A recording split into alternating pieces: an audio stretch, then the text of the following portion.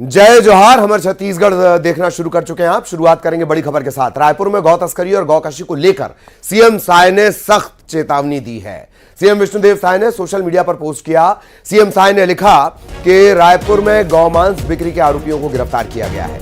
यह न केवल गंभीर अपराध है बल्कि सनातन आस्था और सामाजिक सद्भाव को गहरा आघात पहुंचाने वाला कृत्य है। गौ माता की तस्करी करने वाले या तो सुधर जाएं या छत्तीसगढ़ छोड़ दें। गौ माता की तस्करी करने वाले या तो सुधर जाएं या छत्तीसगढ़ छोड़ दें। ऐसे अपराधियों की प्रदेश में कोई जगह नहीं।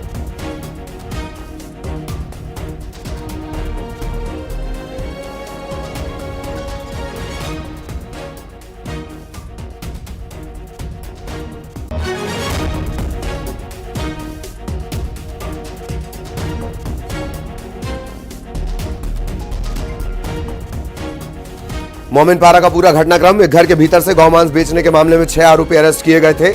सहयोगी आकाश हमारे साथ जुड़े हुए हैं। आकाश के पास आपको लिए चलेंगे। आकाश, बड़ी बात, या सुधर जाएं या छत्तीसगढ़ छोड़ दें। आकाश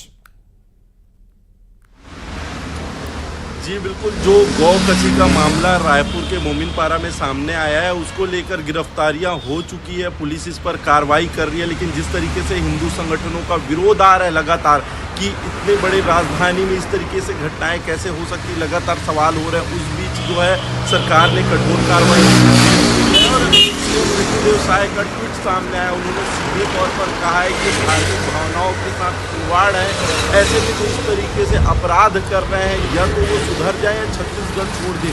2 टूक उन्होंने कहा है। बता दें, लगातार गौ हत्या को लेकर जो है छत्तीसगढ़ में कई तरीके से अभियान चलाया जाता रहा। इस बीच कई मामले जो सामने आते रहे वो लोगों में आक्रोश भी पैदा कर रहे हैं। कहीं ना कहीं धार्मिक भावनाओं के साथ खिलवाड़ हो रहा है। हालांकि इस पर सरकार इस पर सख्त है और लगातार कार्रवाई के निर्देश दिए हैं। सुबह ही डिप्टी सीएम अरुण साव ने भी कहा है कि हर जगह की जानकारी मंगाई जा रही है। इस तरीके से कहीं भी मामला सामने आएगा तो कठोर से कठोर कार्रवाई उस पर होगी। जी, कठोर से कठोर कार्रवाई होगी। बहुत धन्यवाद आकाश आपका इस तमाम जानकारी के लिए। सहयोगी आकाश विस्तार से जानकारी दे रहे थे। सख्त शब्दों में चेतावनी मुख्यमंत्री की तरफ से दी गई है। इधर मुंगेली में आयरन प्लांट हादसे का एक वीडियो सामने आया। साइलो टैंक गिरने का यह वीडियो आपको हम दिखाते हैं। हादसे में 1 मजदूर की मौत हुई है। कुछ मजदूरों के दबे होने की बात भी कही जा रही है। आशंका यह है कि कई और मजदूर यहां पर दबे हो सकते हैं। रेस्क्यू ऑपरेशन लगातार जारी है। इन सबके बीच इस हादसे का, साइलो टैंक गिरने का लाइव वीडियो भी न्यूज़ 18 मध्य प्रदेश छत्तीसगढ़ इस वक्त आपको दिखा रहा है। कुछ मजदूरों के दबे होने की आशंका है। साइलो टैंक जिस बेस से टिका हुआ था उसे मजबूत करने का काम चल रहा था। क्रेन के जरिए इस साइलो टैंक को स्थिर रखा जा रहा था और तभी अचानक से चीख पुकार मच जाती है, क्योंकि यह साइलो टैंक धड़ाम हो जाता है। इस हादसे में 1 मजदूर की मौत है। परिजन उसके बेहद नाराज है और उनका कहना है, परिजनों का, वे शव लेने से इनकार कर रहे हैं। मुआवजे और रेस्क्यू के बाद ही शव के अंतिम संस्कार की बात कही जा रही है। आयरन प्लांट हादसे का यह लाइव वीडियो, साइलो टैंक गिरने का एक्सक्लूसिव वीडियो इस वक्त आपकी स्क्रीन पर है। मुंगेली का पूरा मामला। सीधा आपको मुंगेली लिए चलते हैं। ग्राउंड जीरो से सहयोगी युगल इस वक्त हमारे साथ जुड़े हुए हैं। युगल, क्या कुछ अपडेट अब तक इस मामले में?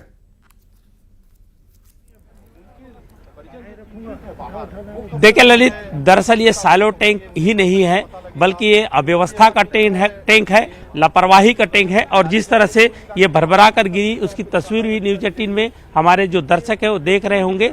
और ये जो टैंक है, देखिए, एक 500 टन का जो क्रेन है उसे चैन से पुल करने की कोशिश की जा रही है, लेकिन ये भी अभी फिलहाल असफल होता हुआ दिख रहा है। और इसमें इतना ज़्यादा 30 से 40 टन करीब जो राखड़ है वो भरा हुआ है, ऐसा भरा हुआ है। और यही वजह है कि क्रेन उसको लिफ्ट नहीं कर पा रहा है।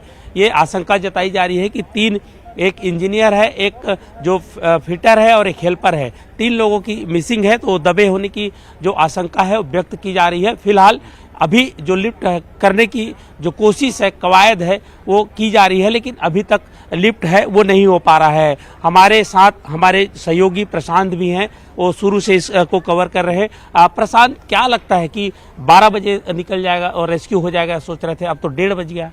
अभी जिस तरह लिफ्ट करने का प्रयास किया जा रहा है वो असफल साबित हुआ। जिस तरह हमारी बात मुंगेली कलेक्टर राहुल देव से हुई है तो उनके द्वारा बताया गया है कि रायपुर की एक टीम से बात की जा रही है जो 3 घंटे में जो ये कंटेनर है इसको काटने का दावा कर रही है, तो उनसे लगातार संपर्क किया जा रहा है। हालांकि इसके पहले भी इस तरह के प्रयास किए गए थे और एक टीम और है जिससे बात की गई थी, तो उनके द्वारा 3 दिन की बात कही गई थी। लेकिन अभी जिस टीम से बात चल रही है तो लगता है कि ये जो लिफ्ट करने का प्रयास है इसे रोककर हो सकता है कि गैस कटर की मदद से इस कंटेनर को काटकर रेस्क्यू करने का प्रयास, जिस तरह दावा किया जा रहा है जिला प्रशासन का, उस तरह देखने के लिए मिल सकता है। देखिए प्रशांत, ललित, ये तस्वीर हम दिखा रहे हैं। देखिए, कंटेनर को उठाने का, लिफ्ट करने का प्रयास किया गया, लेकिन अगर इसमें मटेरियल्स ज़्यादा है तो 130 से 140 टन इसका भार बताया जा रहा है। तो ऐसे में ये लिफ्ट की जो तार है, केबल है, वो टूट सकती है, क्योंकि इससे पहले 3 बार केबल टूट चुकी है। जेसीबी से भी इसे हटाने का प्रयास किया जा रहा है, लेकिन इतना भारी भरकम है कि ये जो अव्यवस्था है वो सुधर नहीं पा रही है। जी, अव्यवस्था इसे कह लीजिए, लैक ऑफ एक्सपर्टाइज इसे कह लीजिए। एक 500 टन, तकरीबन 500 टन का टैंकर उठाया और काटा नहीं जा रहा है। प्लांट्स बड़े बड़े लगा दिए गए हैं। बहुत धन्यवाद युगल आपका, आपके जरिए आगे भी हर पहलू अपने दर्शकों तक पहुंचाएंगे। प्रशांत आपके साथ जुड़े, उनका भी बहुत धन्यवाद। इधर मुंगेली के सरगांव कुसुम प्लांट हादसे में मृतक मनोज कुमार के परिजनों ने शव लेने से इनकार कर दिया है। परिजनों ने मुआवजे की मांग की है। जिला अस्पताल में परिजनों ने हंगामा भी किया। परिजनों का कहना है कि मुआवजे और रेस्क्यू के बाद, रेस्क्यू अभी चल रहा है, 3 लोग अभी मिसिंग हैं, रेस्क्यू के बाद ही शव का अंतिम संस्कार होगा। जिला प्रशासन की टीम मौके पर मौजूद है।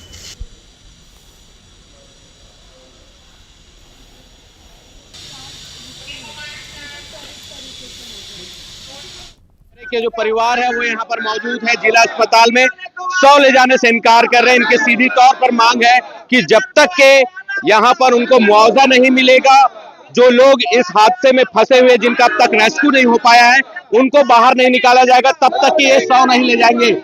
और इनका कहना सीधे तौर पर आरोप है कि कहीं ना कहीं जो प्रबंधन है उन्होंने काफी लापरवाही बरती है इस पूरे मामले पर। ना तो अब तक के परिजनों से उन्होंने मुलाकात की है और ना ही कोई एक्शन लिया गया है। लिहाजा जो परिवार के लोग वो काफी आक्रोशित है। क्या मांग है, क्यों आखिर आप लोग शव ले जाना नहीं चाह रहे? क्या है कि हमारा जब तक की मुआवजा नहीं देगा तब तक कि हम सब को यहाँ से उठा के नहीं ले जाएंगे। यहाँ का विधायक सरगांव में हुए कुसुम आयरन प्लांट के हादसे के बाद से परिजनों का आक्रोश देखते ही बन रहा है। यहाँ पर जो है मनोज घितलरे के जो परिवार है वो यहाँ पर मौजूद है। जिला अस्पताल में शव ले जाने से इनकार कर रहे हैं। इनके सीधी तौर पर मांग है कि जब तक के यहाँ पर उनको मुआवजा नहीं मिलेगा, जो लोग इस हादसे में फंसे हुए जिनका अब तक रेस्क्यू नहीं हो पाया है, उनको बाहर नहीं निकाला जाएगा, तब तक कि ये शव नहीं ले जाएंगे। और इनका कहना सीधे तौर पर आरोप है कि कहीं ना कहीं जो प्रबंधन है उन्होंने काफी लापरवाही बरती है इस पूरे मामले पर। ना तो अब तक के परिजनों से उन्होंने मुलाकात की है और ना ही कोई एक्शन लिया गया है। लिहाजा जो परिवार के लोग वो काफी आक्रोशित है। क्या मांग है, क्यों आखिर आप लोग शव ले जाना नहीं चाह रहे? क्या है कि हमारा जब तक की मुआवजा नहीं देगा तब तक कि हम सब को यहाँ से उठा के नहीं ले जाएंगे। यहाँ का विधायक आना चाहिए, जिला विधानसभा का धर्मलाल कौशिक, कलेक्टर को आना चाहिए। हमारी इतना बड़ा हादसा हुआ है, अभी तक उन लोग कोई शासन हमारे सामने नहीं आ रहा है। कंपनी वाला सामने नहीं आया, कंपनी को उसको बुलाएं और आए यहाँ हमको मुआवजा राशि दे, तभी हम यहाँ से उठाएंगे। जी, मन भारी है। चिराग था घर का चिराग तो सर क्या करूं, दो में लास्ट अभी चला गया, घर का चिराग बुझ गया सर, क्या करेंगे?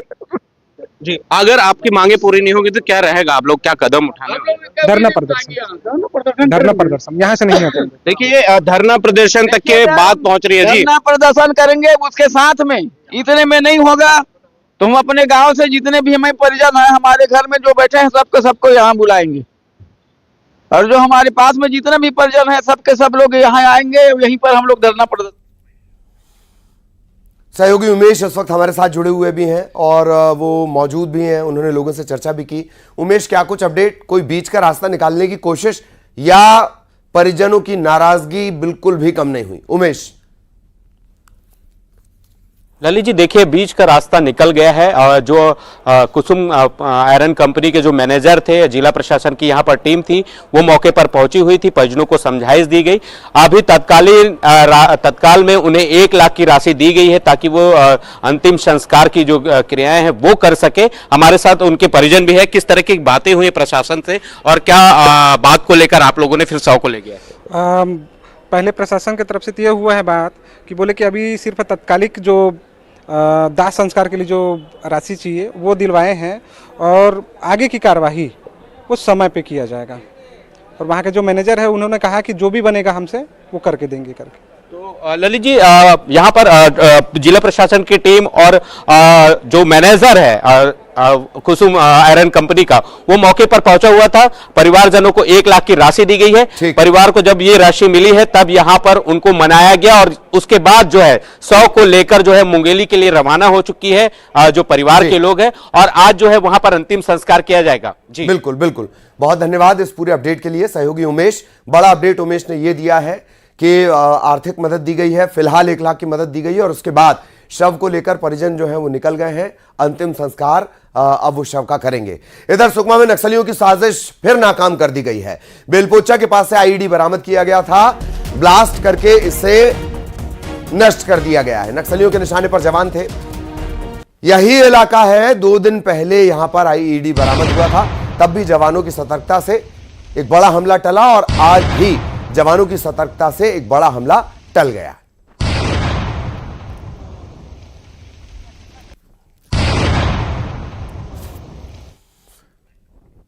इधर राजधानी रायपुर में गैंगवार से सनसनी फैल गई। 2 गुटों में खूनी संघर्ष हो गया। दोनों तरफ से जमकर चाकू चले हैं। 2 लोगों की हालत गंभीर है। घायलों को एम्स में भर्ती करवा दिया गया है। आजाद चौक थाना इलाके में यह वारदात हुई है। 15 दिनों के भीतर गैंगवार की ये दूसरी बड़ी घटना है।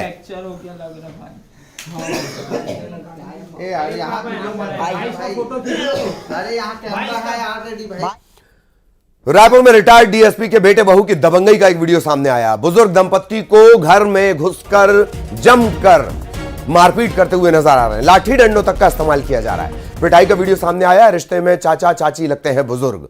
कोर्ट के आदेश के बाद एफआईआर हुई है।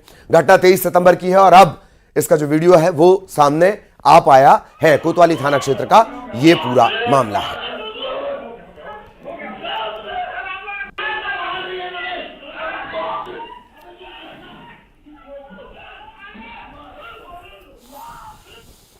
रायपुर में अपराधियों पर, बदमाशों पर पुलिस प्रशासन लगाम कसने की हर कोशिश कर रहा है। 200 से ज्यादा आदतन अपराधियों की पुलिस ने बाकायदा परेड ली है। चाकूबाजों और गुंडों को थाने में समझाइश दी गई है। 20 के खिलाफ बाकायदा कार्रवाई भी की गई है। कान पकड़कर थाना परिसर में उठक बैठक भी करवाई गई।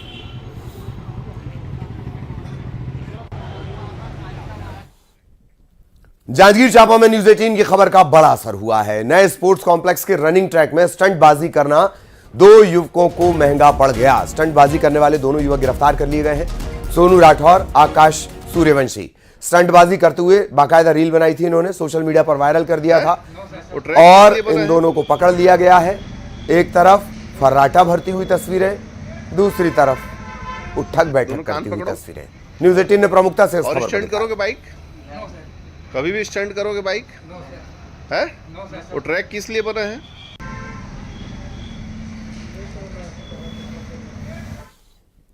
बिलासपुर में अवैध प्लॉटिंग को लेकर प्रशासन ने सख्त कार्रवाई की है। अवैध प्लॉटिंग करने वालों पर नगर निगम ने एक्शन लिया है। इसके बाद हड़कंप मच गया। तालाबों को पाटने वालों पर भी सख्त रुख अपनाया गया है। बिलासपुर की तस्वीरें। अवैध प्लॉटिंग करने को लेकर नगर निगम ने बड़ी कार्रवाई की।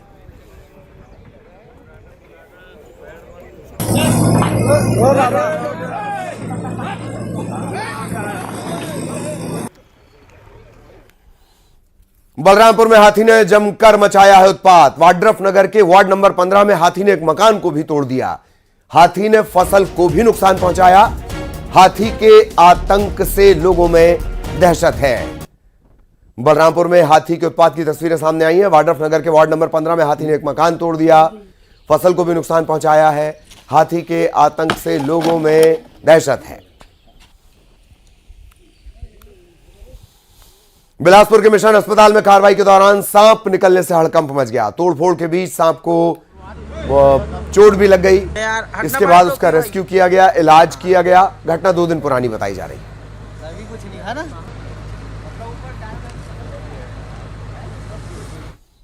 इधर अंबिकापुर में फसल में आग लग गई। खलिहान में फसल रखी हुई थी, उसमें आग लगी। तकरीबन 10 एकड़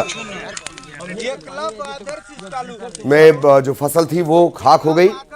असामाजिक तत्वों ने आग लगाई है। खलिहान में जो 2 मवेशी बंधे हुए थे वो भी झुलस गए हैं। मैनपाट के कमलेशपुर गांव में यह हादसा हुआ।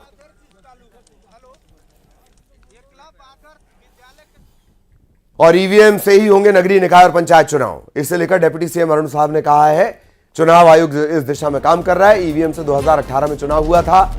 कांग्रेस सरकार ने बैलेट से 2019 में चुनाव करवाया था। कोर्ट ने भी कहा है कि ईवीएम से छेड़छाड़ की गुंजाइश नहीं। विपक्ष अपनी जिम्मेदारी से बचने के लिए ईवीएम पर सवाल उठाता है। कि जांच और उसकी टेस्टिंग इंजीनियर्स बुलाकर करने पड़ेंगे, वो एक्सरसाइज हो रहा है। यदि संभव हुआ तो निश्चित रूप से ईवीएम से चुनाव होगा। ईवीएम को लेकर बार बार 2500 बार माननीय सर्वोच्च न्यायालय ने, अन्य संस्थाओं ने ये बहुत स्पष्ट रूप से कहा है कि ईवीएम में किसी तरह की छेड़छाड़ की कोई गुंजाइश नहीं है। पर ये विपक्षी दल और विशेषकर कांग्रेस पार्टी अपनी जिम्मेदारी से बचने के लिए लगातार ईवीएम पर ठिकरा फोड़ते हैं। बड़ी खबर मध्य प्रदेश से मिल रही है। देवास में फ्रिज में महिला का शव मिला है। बदबू आने के बाद पड़ोसियों ने तत्काल पुलिस को सूचना दी। पुलिस मौके पर पहुंची। मकान मालिक ने इस मकान को किराए पर दिया हुआ था। वृंदावन धाम कॉलोनी का है। बताया जा रहा है कि कई दिनों से फ्रिज में यह शव था। जब इसकी बदबू बाहर आने लगी तब पड़ोसियों ने इसकी सूचना पुलिस को दी। पुलिस मौके पर पहुंची है। देवास में फ्रिज के अंदर था महिला का शव।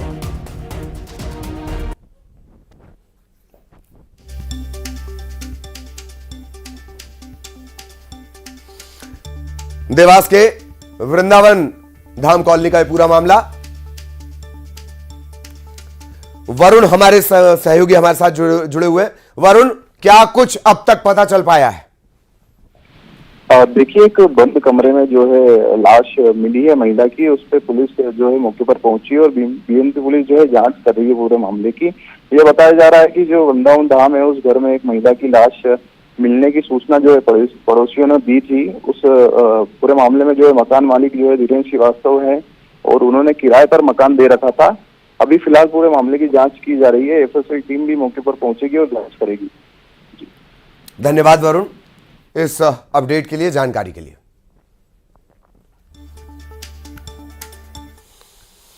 और ईवीएम वापस छत्तीसगढ़ की खबरों पर लौटेंगे।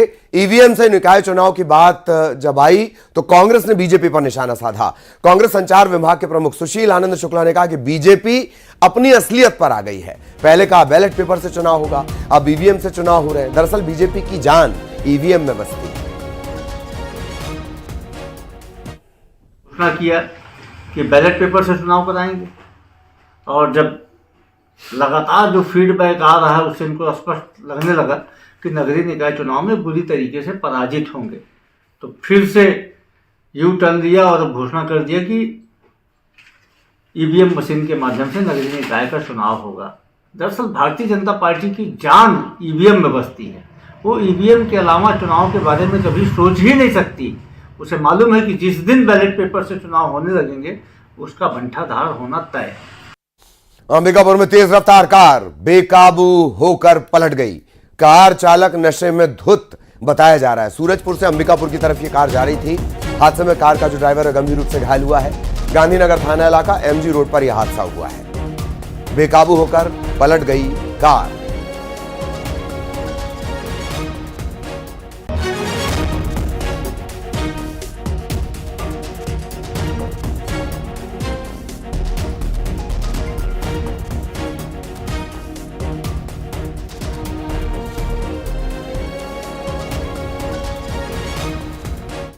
धमतरी में आत्महत्या के एक मामले में मृतक के भाई और भाभी को गिरफ्तार किया गया है। दोनों पर आत्महत्या के लिए उकसाने के आरोप लगे हैं।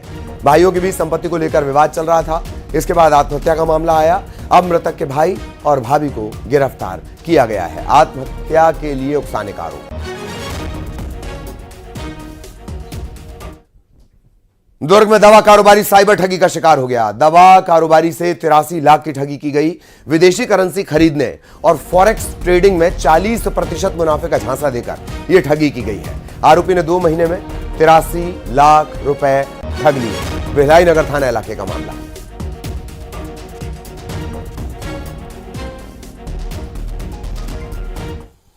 बिलासपुर में भी ठगी की वारदात हुई। शेयर मार्केट में रकम दोगुनी करने का झांसा देकर ठगी अंजाम दी गई। 7 लाख रुपए ठग लिए गए। पीड़ित को सोशल साइट पर निवेश का लालच दिया गया। भरोसा जीतने के लिए पहले दोगुनी रकम लौटाई गई। इसके बाद 7 लाख रुपए ठग लिए गए।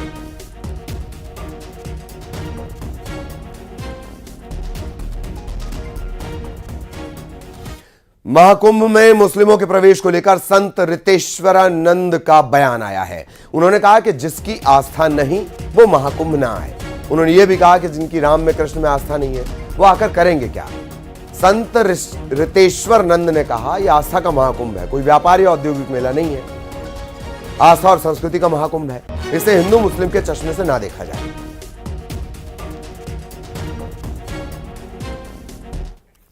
और अब टॉप 20